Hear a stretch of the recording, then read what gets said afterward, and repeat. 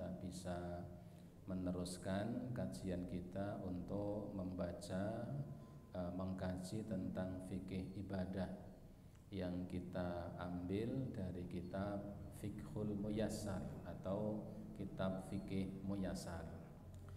Shalawat dan salam tidak lupa semoga tercurah atas Nabi Muhammad sallallahu alaihi wa alihi wasallam, yang semoga terlimpah pula kepada seluruh keluarganya dan semua umatnya yang senantiasa istiqomah dengan dinullah ini sampai hari kiamat kelak. Ibu bapak sekalian, para jamaah rahimakumullah, pada pertemuan yang telah lalu, Rabu yang kemarin, malam Rabu yang kemarin, kita sampai pada bab yang ketiga terkait tentang qada'il hajah, yaitu tentang buang hajat, ya, buang air kecil dan buang air besar. Dan kemarin kita sampai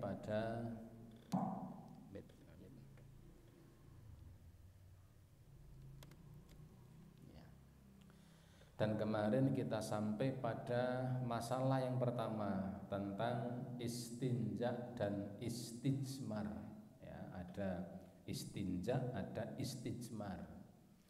Istinja itu bahasa kita kalau dalam fikihnya izalatul kharij min sabilain bil ma', yaitu membersihkan apa yang keluar dari dua jalan, baik kubul atau dubur, dengan menggunakan air.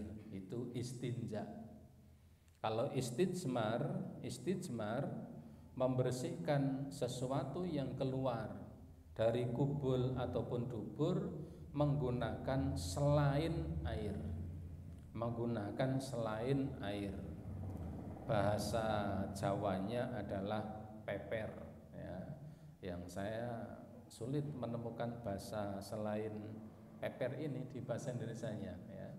Jadi membersihkan kotoran, buang air kecil, buang air besar, setelah BAB, setelah buang air kecil, tetapi tidak menggunakan air, tetapi menggunakan selain air, ya, yang sering kita kenal dengan istilah peper itu kalau dalam bahasa Jawa.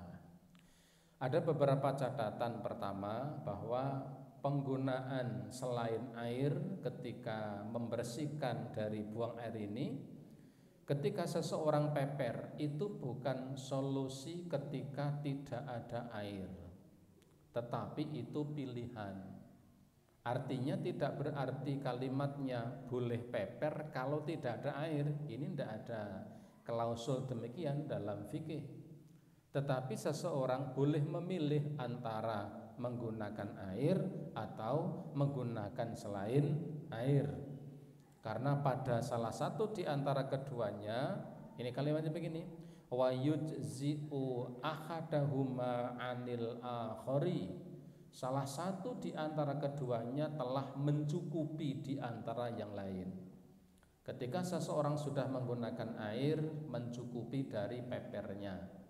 Ketika seseorang barangkali peper, maka itu sudah cukup, tidak harus menggunakan air.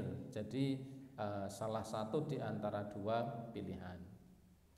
Yang kedua, para ulama berbeda pendapat, yang lebih utama itu mana? Apakah yang lebih utama itu menggunakan selain air baru menggunakan air, atau menggunakan air saja? Ini terjadi khilaf di antara para ulama, tetapi pendapat yang lebih rajih adalah menggunakan air ketika ada keduanya. Ketika ada air dan ada selain air, seperti ketika kita masuk ke kamar mandi umum, ya, toilet umum, di situ ada air dan di situ ada selain air barangkali. Ketika ada keduanya, maka menggunakan air al-aula itu lebih diutamakan dan lebih baik dibanding menggunakan selain air.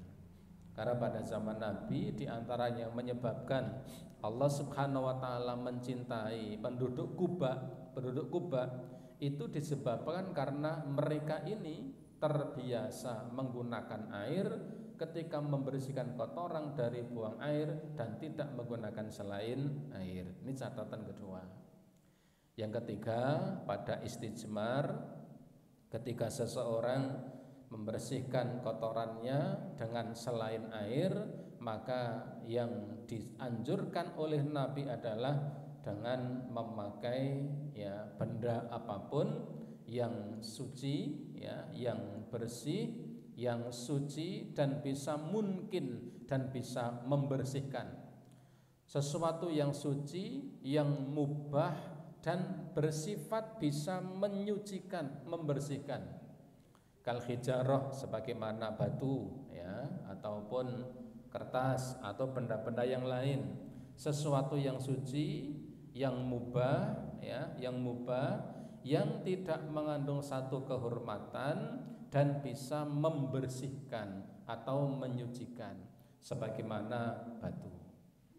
Kemudian yang keempat, yang terakhir, ketika istismar ini dianjurkan dengan menggunakan, jika menggunakan batu minimal dengan 3 batu, minimal 3 batu. Lebih dari itu jika dirasa memang diperlukan, maka itu boleh dan baik.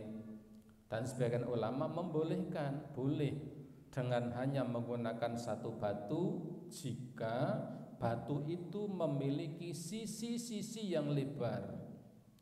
Misalnya batunya 1 meter persegi,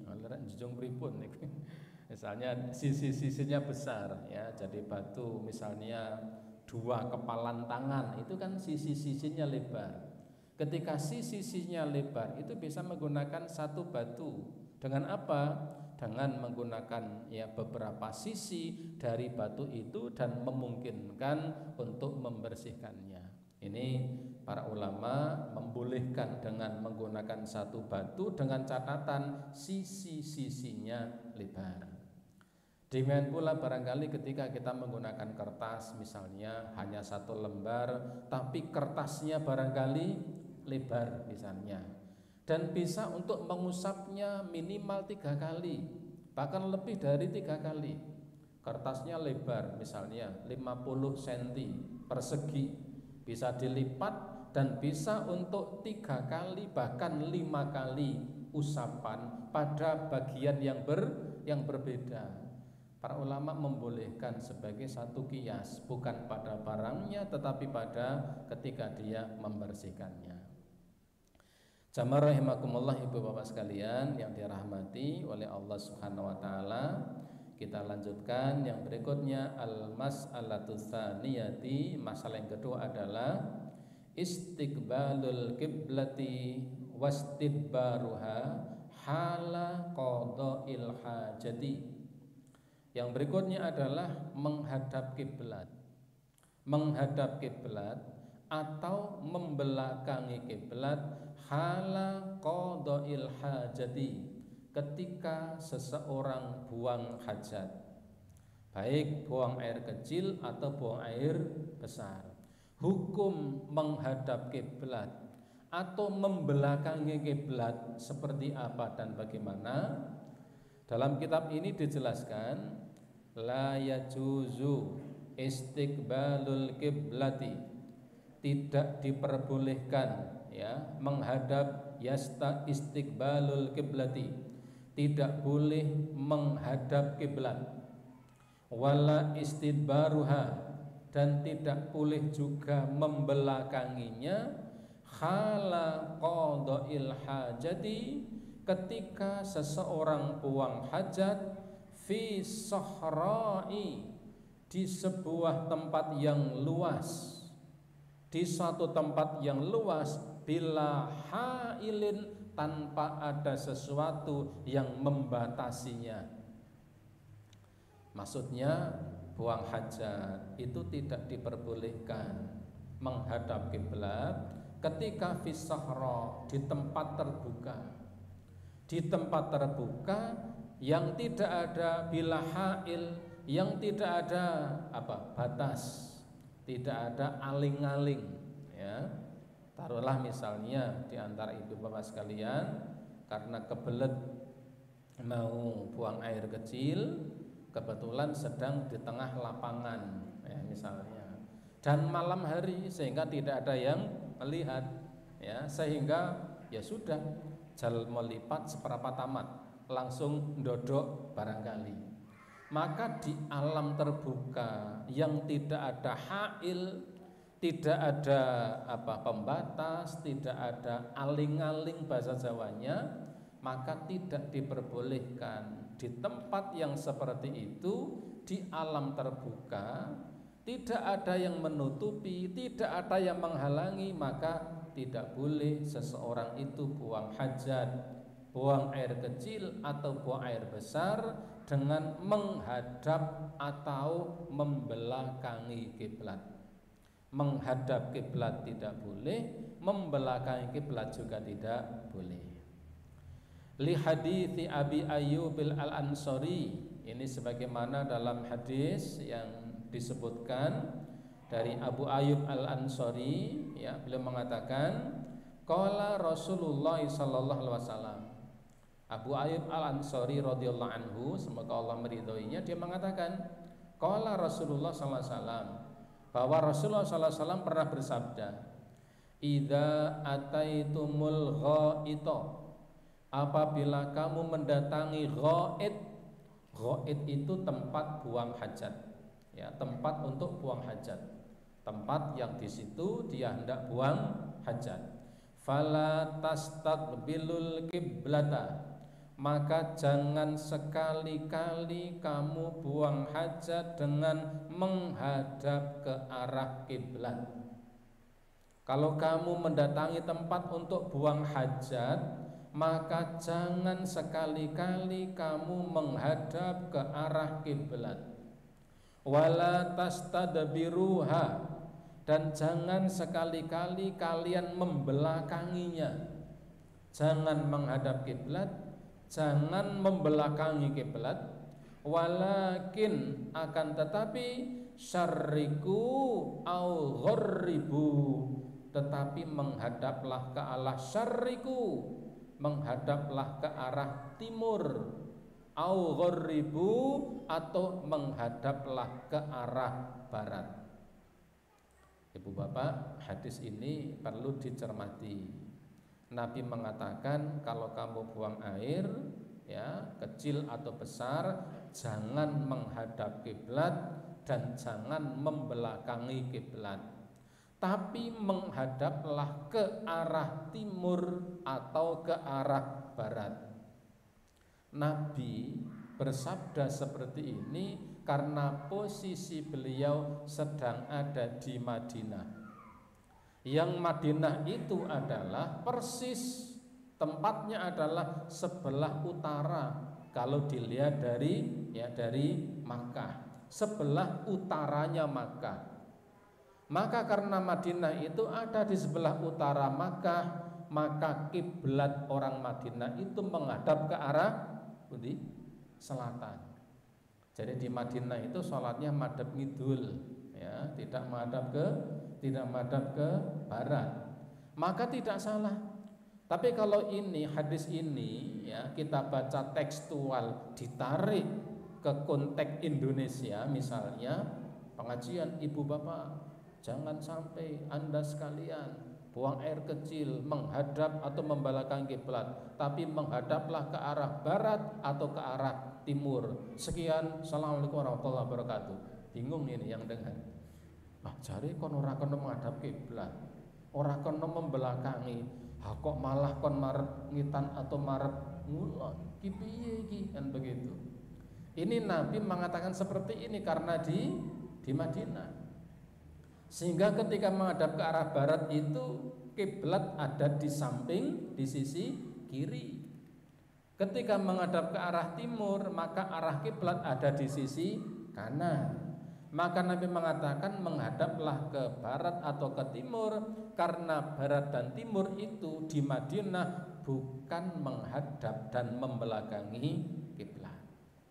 Sehingga kalau ini ditarik ke kita di negara Indonesia ini, di tempat kita ini, maka ya bisa dimaknai begini. Kalau kalian ya hendak buang air kecil atau besar, maka jangan menghadap kiblat, jangan membelakangi kiblat, tapi menghadaplah ke arah selatan atau arah utara. Ini kalau ditarik ke tempat kita. Qala Abu Ayyub. Ya, kemudian Abu Ayyub Al-Ansari, seorang sahabat yang beliau ini seorang sahabat yang ikut dalam penaklukan Syam. Ya, dan beliau ini meninggal sebelum Syam bisa ditaklukkan. Sehingga beliau berpesan, seandainya Syam belum ditaklukkan dan saya sudah meninggal dunia, tolong bawa jenazah saya untuk ikut dalam peperangan. Sehingga ada yang berperang sambil mikul jenazah, dan saat itulah Syam bisa ditaklukkan. Mata-mata musuh ya mengetahui yang sudah mati saja masih ikut perang, apalagi yang hidup. Abu Ayyub mengatakan, faqadimna Syam. Suatu ketika atau waktu itu, faqadimna Syam, kami mendatangi Syam. Ya, kami sampai di Syam. Fawajadna marahidha qad buniyat nahwal Ka'bati. Maka ketika kami sampai di Syam ketika itu, fawajadna, maka kami mendapati marahid. Marahid itu jamak dari mirhat. Mirhat itu tempat buang air kecil, tempat buang air besar. Mirhat. Mirhat itu kalau tempat kita ya toilet, WC. Kalau orang zaman dulu bukan WC, tapi apa?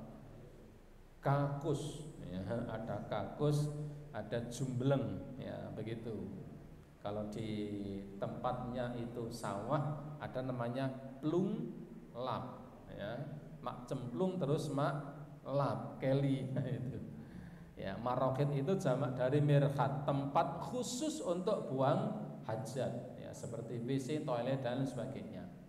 Abu Ayyub mengatakan, ketika kami tiba di Syam, kami dapati bahwa banyak marahid, banyak mirhat, tempat untuk buang hajat, tempat untuk buang air kecil, buang air besar itu, ya qad buniyat nahwal Ka'bati, dibangun dan menghadap ke arah Ka'bah. Kalau kalau kita di Syam waktu itu masuk kamar mandi, tempat buang hajat, tempat buang air, maka kebanyakan tempat itu posisi kami ketika buang air adalah menghadap ke arah Ka'bah. Apa kata Abu Ayyub? Beliau mengatakan, fanan harifu anha, maka kami pun berpaling darinya. Berpaling itu artinya apa? Tidak menghadap ke arah Ka'bah, tapi kemudian merubah posisi tubuh sehingga tidak menghadap ke arah Ka'bah. Wa nastaghfirullah, dan kami pun beristighfar di dalam hati. Ada yang mengatakan beristighfar ketika sudah keluar dari tempat itu karena di situ ada sesuatu yang salah. Jadi posisi ya mirhat itu, posisi buang air itu kalau jongkok misalnya menghadap ke arah kiblat, arah Ka'bah. Kemudian Abu Ayyub mengatakan, maka kami pun fanan kharifu anha, kami pun berpaling, bergeser, merubah posisi sehingga tidak menghadap ke arah kiblat. Sehingga akan baik jika misalnya di antara kita kemudian masuk tempat untuk buang hajat di suatu tempat yang memang sudah dibangun, kebetulan bukan milik kita, kita masuk dan ternyata posisi buang hajatnya itu menghadap ke arah kiblat, maka akan baik jika memungkinkan untuk tidak menghadap ke arah kiblat jika memungkinkan, karena ada yang tidak memungkinkan. Contohnya apa? Ketika kloset duduk sudah dipasang permanen, mau tidak mau ya kalau sudah kelasnya duduk ndak bisa sak karepe dhewe ya. Ya bisa Ustaz. Nah, gimana? Banci anang dhuwur. Nah, nek gigol kepleset nanti berbahaya ya. Ya, kayak ya orang-orang kampung ya, ketika klosetnya begitu ndak bisa duduk, tetap jongkok ya, padang penangkring. Ya, jamaah haji itu kan beberapa kali ya, saya pernah ngantar jamaah itu masuk kamar mandi, masuk keluar lagi, panik beliau ini, masuk lagi keluar lagi, masuk lagi keluar lagi. Gimana kok enggak jadi, kok keluar masuk? Bah, ewet Pak Gus, susah gimana? Jagonge mboten metu e. Solusinya pripun Pak Gus, nek metangkring pripun? Jangan, nanti nek dawah bahaya. Nek metangkring pecah ya, gigal itu bahaya. Saya sampaikan saja, mboten napa-napa. Setelah keluar masuk 3 kali, keempat kalinya ternyata lama di dalam dan keluar katanya lega. Karena apa? Boso wis kepepet akhirnya bisa. Jadi kalau yang sudah begitu akan menggeser posisi selain ke arah kiblat itu agak susah. Beda kalau misalnya klosetnya itu kloset yang biasa, yang diinjak. Kalau yang posisinya duduk itu sudah agak kesulitan.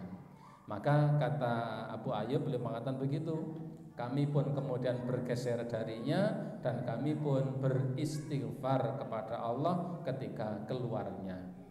Kemudian dikatakan, amma ingkana fi bunyanin, adapun ketika seseorang buang hajat di suatu tempat yang memang sudah menjadi bangunan permanen. Di atas tadi kita sampaikan, kita ulang ya, tidak boleh menghadap kiblat atau membelakangi ketika seseorang itu buang hajat di alam terbuka. Di alam terbuka yang tidak ada pembatas, tidak ada aling-aling ya. Kemudian dikatakan wa amma ingkana fi bunyanin. Adapun ketika seseorang buang hajat di satu tempat yang memang sudah dibangun khusus ya, seperti WC atau toilet. Au kana bainahu wa bainal kiblati syai'un yasturuhu, atau seseorang yang ketika dia buang hajat ada sesuatu yang memisahkan antara dia dan kiblat. Jadi ini ada 2 kemungkinan. Ketika seseorang buang hajat di satu tempat yang memang itu bangunan khusus tertentu, ada tembok yang mengitarinya seperti toilet atau WC umum misalnya. Au kana bainahu wa bainal qiblati syai'un yasturuhu, ataupun tidak seperti itu, tidak di dalam bangunan, tetapi antara dia dan kiblat itu ada sesuatu yang menghalanginya. Misalnya pohon atau tembok atau batu besar misalnya. Fala ba'sa bidzalik, maka tidak mengapa jika seseorang terpaksa buang air, buang hajat menghadap ke arah kiblat jika ada yang menghalangi antara dia dan arah kiblat. Tembok atau batu atau bahkan binatang, asal binatangnya besar. Kalau semut ya tidak memenuhi syarat ya. Kok marep ngulon sampean ono kewane apa semut kuwi, ini tidak memenuhi syarat. Yang memisahkan ya, menghalangi antara dia dan kiblatnya.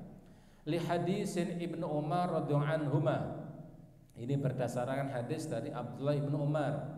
Dia mengatakan annahu ra'a Rasulullah sallallahu alaihi wasallam yabulu fi baitihi mustaqbilas Syam mustadbirul Ka'bah. Kata Abdullah Ibnu Umar yang ketika itu beliau ya tidak sengaja. Kalau dalam riwayat yang lain seperti di Taisiril Alam disebutkan tidak sengaja Abdullah Ibnu Umar berkunjung ke rumahnya Hafsah. Hafsah itu salah satu di antara istri Nabi. Dan Hafsah ini adalah putra dari Umar bin Khattab. sehingga Ibnu Umar ini adiknya Hafsah. Maka tidak mengapa ketika adiknya ini datang ke rumahnya Hafsah. Dan ketika itu tidak sengaja Abdullah ibnu Umar naik di bangunan rumah itu di tempat yang tinggi, ya, jadi naik ke atas. Dari atas itu tidak sengaja melihat Nabi SAW yang sedang buang hajat menghadap ke arah Syam dan membelakangi Ka'bah di bangunan tertentu. Ada tembok, ya, ataupun ada sesuatu yang membatasi, yang menghalangi antara beliau dan arah kiblat. Atas dasar ini maka sebagian ulama berpendapat bahwa ketika buang hajat di tempat yang di situ terhalangi antara dia dan arah kiblat, tembok atau yang lain, atau seperti pada bangunan-bangunan khusus yang memang dibuat untuk buang hajat, maka tidak mengapa ketika ia menghadap ke arah kiblat. Dasarnya di antaranya hadis ini. Sekalipun ulama yang lain berpendapat bisa jadi ini adalah sesuatu yang khusus bagi Nabi Sallallahu Alaihi Wasallam. Bisa jadi ini khusus bagi Nabi. Tetapi pengarang kitab Al-Muyassar ini ya berpendapat bahwa ini menjadi dalil tentang bolehnya seseorang buang hajat menghadap ke arah kiblat jika berada di satu bangunan khusus tertentu atau ada sesuatu yang memisahkan, menghalangi antara dia dan arah Ka'bah atau arah kiblat. Kemudian wali hadis Marwan al-Asghar, ya, sebagaimana hadis dari Marwan al-Asghar, dia mengatakan Anaha ibnu Umar ba'irahu mustaqbilal kiblata. Suatu ketika Anaha ibnu Umar menghalau, ya, bahasa Jawanya giring. Giring itu bahasa Indonesia yang tepat apa? Giring, presong giring, ya. Jadi giring itu giring. Apa giring itu? Menggiring, ya, menggiring. Jadi bayangan kita begini, kayak ada orang punya bebek yang banyak itu, kemudian bawa apa? Yang panjang itu namanya gendir, ya. Kemudian pakai tongkatnya begini-begini supaya bebek yang berjalan itu tidak belok ke kanan dan ke kiri. Itulah giring. Itulah anaho.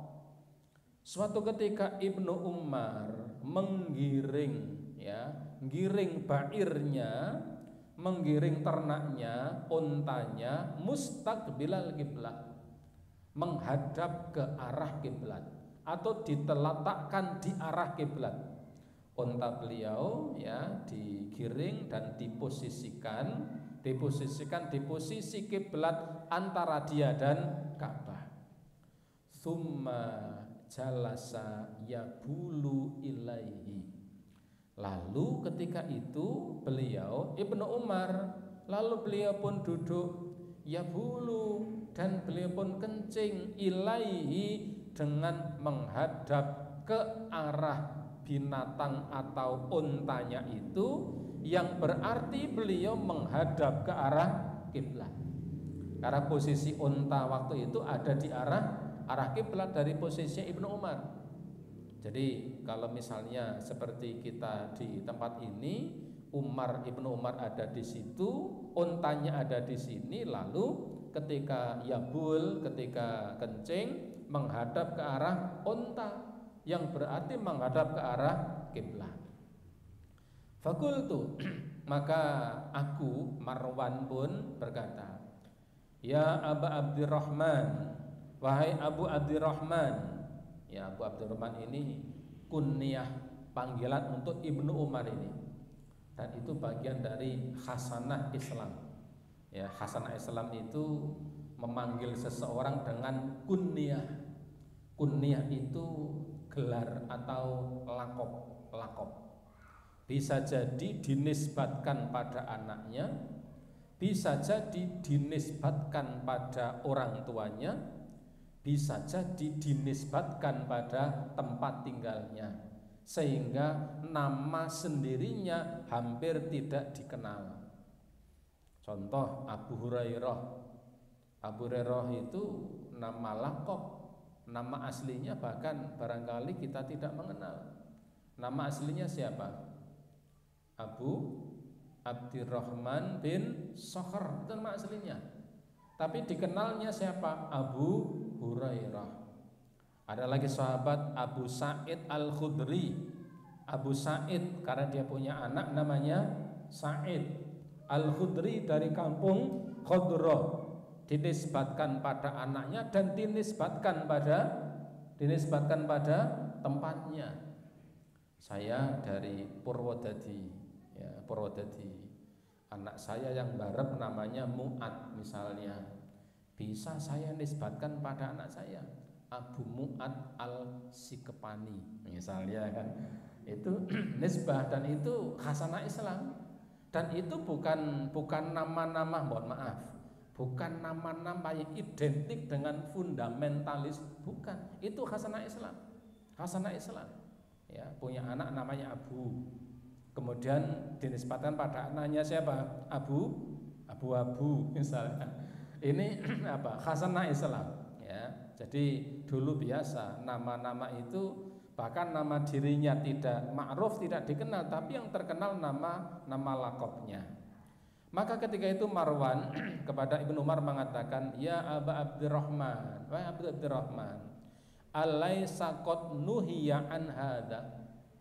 Wahai Abdurrahman, bukankah kita dilarang untuk melakukan seperti ini? Ya, seperti ini apa?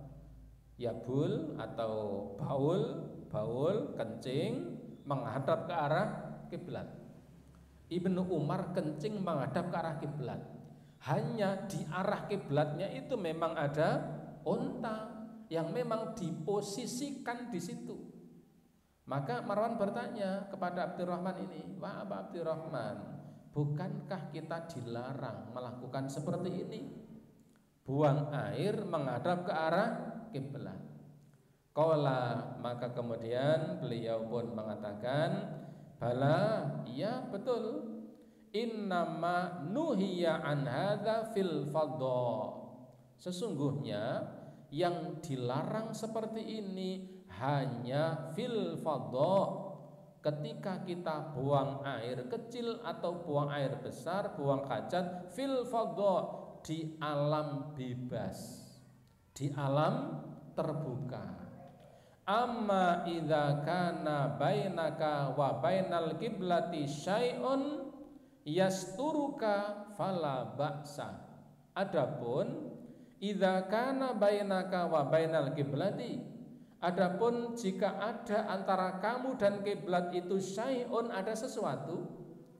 Jadi Ibnu Umar begitu, yang dilarang buang air, ya, buang hajat menghadap kiblat itu di alam terbuka, alam bebas. Tetapi jika antara kamu dan kiblat itu ada syai'un, ada sesuatu apa?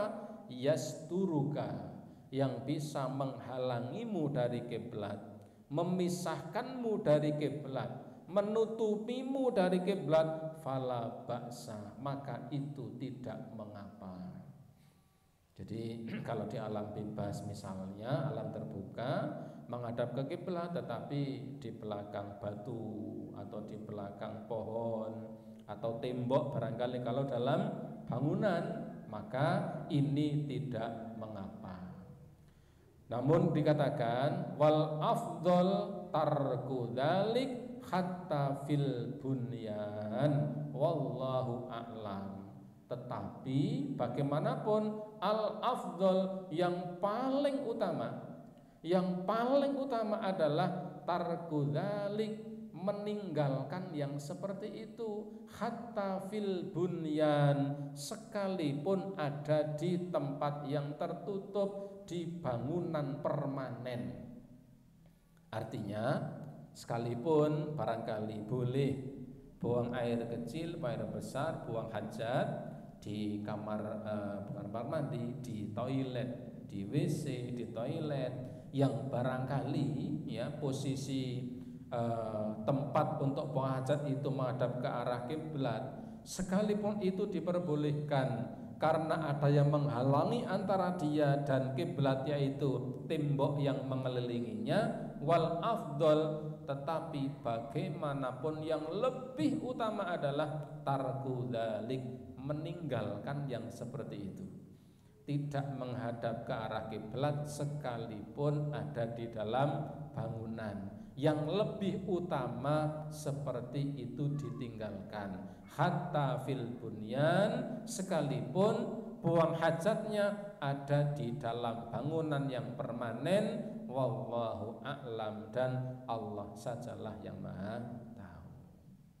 Oleh karena itulah ibu bapak sama rahimakumullah, kalau kemudian di antara kita barangkali punya toilet di rumah yang kemudian posisinya menghadap ke arah kiblat, sudah kadung jadi, maka kalau kita tetap menggunakannya dengan menghadap arah seperti arah yang dibuat dengan menghadap kiblat, maka barangkali itu boleh karena sudah ada di tempat yang tertutup, menutupi dia dan kiblat.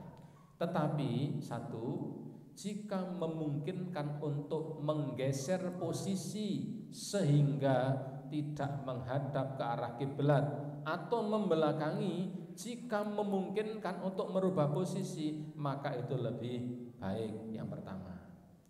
Yang kedua, memang ketika ada seseorang di antara kita ingin membangun rumah misalnya, salah satu yang harus menjadi salah satu yang menjadi perhatian kita adalah posisi kamar mandi atau posisi WC. Yang kedua adalah posisi tempat yang barangkali kita rencanakan, kita jadikan untuk tempat melaksanakan sholat sunnah. Tentu itu menjadi satu perhatian. Jika di antara kita kebetulan sedang akan membangun rumah misalnya, maka posisi ketika posisi toilet, posisi WC itu memang sebisa mungkin untuk tidak dihadapkan menghadap ke arah kiblat atau membelakangi kiblat. Sekalipun secara mutlak itu boleh, namun yang paling utama terbaik adalah tetap menghindarinya jika memang memungkinkan. Ibu bapak, para jamaah rahimakumullah, ini terkait tentang menghadap kiblat dan membelakangi kiblat. Insya Allah kita sudah punya pembelajaran dari orang tua kita, barangkali dengan bahasa-bahasa yang bisa difahami di zaman itu, paling tidak zaman dulu kalimatnya hanya satu, ojo nguyuh marep ngulon, nopo tepak railo, selesai. Jadi kalimatnya hanya dengan kalimat railo itu, tidak boleh itu. Kita barangkali sudah punya pembiasan seperti itu, maka para ulama memang membedakan. Kalau kemudian menghadap ke arah kiblat fil fadha, fis sahra, di alam bebas, di alam terbuka yang tidak ada batas antara dia dan kiblat, maka itu tidak diperbolehkan. Tetapi ketika di dalam satu bangunan, maka itu diperbolehkan, namun menghindarinya lebih afdol atau lebih utama. Ibu bapak, para jamaah rahimakumullah, ini terkait tentang buang hajat, menghadap atau membelakangi kiblat. Adapun permasalahan yang berikutnya tentang ma yusannu fi'luhu lidakhilil khala, apa yang dianjurkan untuk dilakukan di dalam khala. Khala itu tempat menyendiri. Ini majas kinayah, tembung miring bahasa Jawanya, itu tempat untuk bersendirian, itu khala itu atau tempat buang hajat itu. Namanya tempat buang hajat itu biasanya tempat untuk bersendiri, bersendirian, kecuali model WC zaman dahulu. Ya, ada sungai, ada 4 belah bambu, kemudian dibuat seperti jembatan, kemudian jejer-jejer wong limo sambil buang air, karo udut, karo rembugan. Nah, ini model zaman dulu saya masih menangi ada yang seperti itu di tangga kampung karena daerah sawah. Ya. Ibu bapak, barangkali sampai di sini untuk masalah yang ketiga ini bisa kita lanjutkan pada waktu yang akan datang. Sebelum saya akhiri, barangkali ada pertanyaan, ada Pak Matur. Kalau ada kami persilakan, kalau ada monggo. Oke. Salam.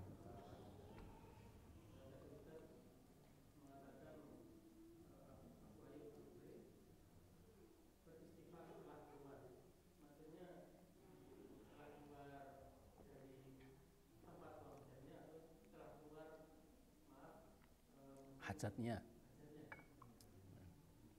Oke. Terus sekalian, ketika Abu Ayyub ya datang ke Syam, kemudian didapati marohid tempat buang hajat itu pada menghadap ke arah kiblat. Kemudian kata Abu Ayyub, fanan harifu anha, lalu kami pun bergeser. Ya, artinya bergeser itu merubah posisi jongkok, thumma, kemudian dikatakan fanastaghfirullah, lalu kami pun beristighfar. Kalimat lalu aku pun beristighfar, ya, fananhariwana wanastaghfirullah, lalu kami pun beristighfar. Kalimat kami pun beristighfar ini ada beberapa penjelasan di antara para ulama hadis. Yang pertama, ada yang berpendapat bahwa wanastaghfirullah, waktu itu kami pun beristighfar adalah beristighfar di dalam hati, karena tidak boleh beristighfar di dalam ketika berada di tempat untuk buang hajat.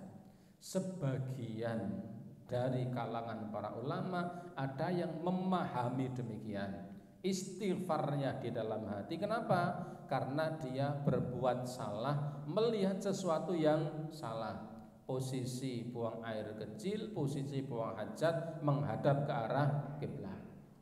Tetapi ada yang memahami bahwa ia beristighfar itu adalah setelah keluarnya adalah manakala beliau meninggalkan tempat buang hajat itu dengan mengucapkan ghufronaka.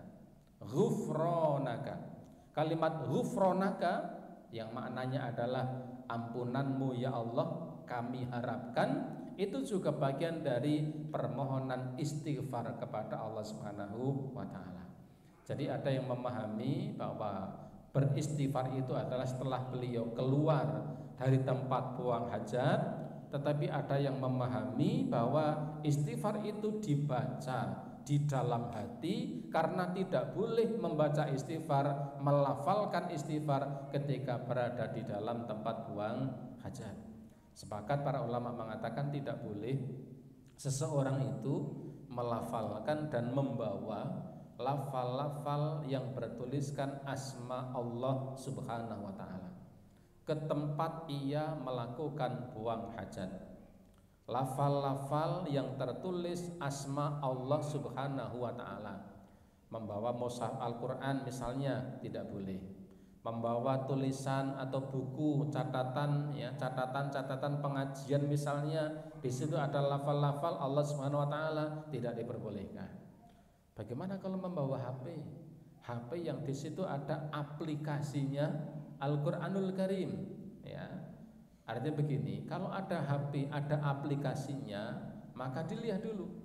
Ketika aplikasi itu dibuka, sedang on, sedang tayang, lalu muncul lafal-lafal Al-Qur'an, lafal-lafal surat dalam Al-Qur'an dari surat Al-Baqarah sampai ayat terakhir, tergantung bagaimana ya membukanya, pilihan surat mana yang akan dibuka. ketika monitor itu sedang terpampang lafal tulisan Al-Quran, maka ketika itu tulisan itu adalah tulisan Al-Quran yang harus dimuliakan.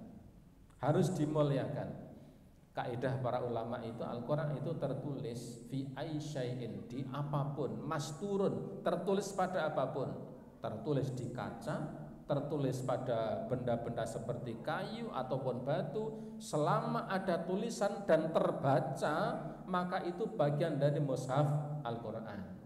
Tetapi ketika kemudian HP misalnya aplikasi itu dimatikan, ditutup sehingga menjadi HP biasa, maka HP ketika dibawa ke dalam kamar mandi, maka dia bukan termasuk bagian dari mushaf Al-Quran. Jadi tergantung sedang on-nya apa. Kalau sedang tayangnya adalah lafal asma-asma Allah, lafal Al-Quran, berarti tidak boleh. Tetapi ketika kemudian sudah di-off-kan, dimatikan aplikasi itu sehingga tidak nampak tulisan Al-Quran, maka ketika itu HP itu bukan bagian dari Al-Quranul Karim. Ya, wallahu a'lam bishawab. Cekap? Oh.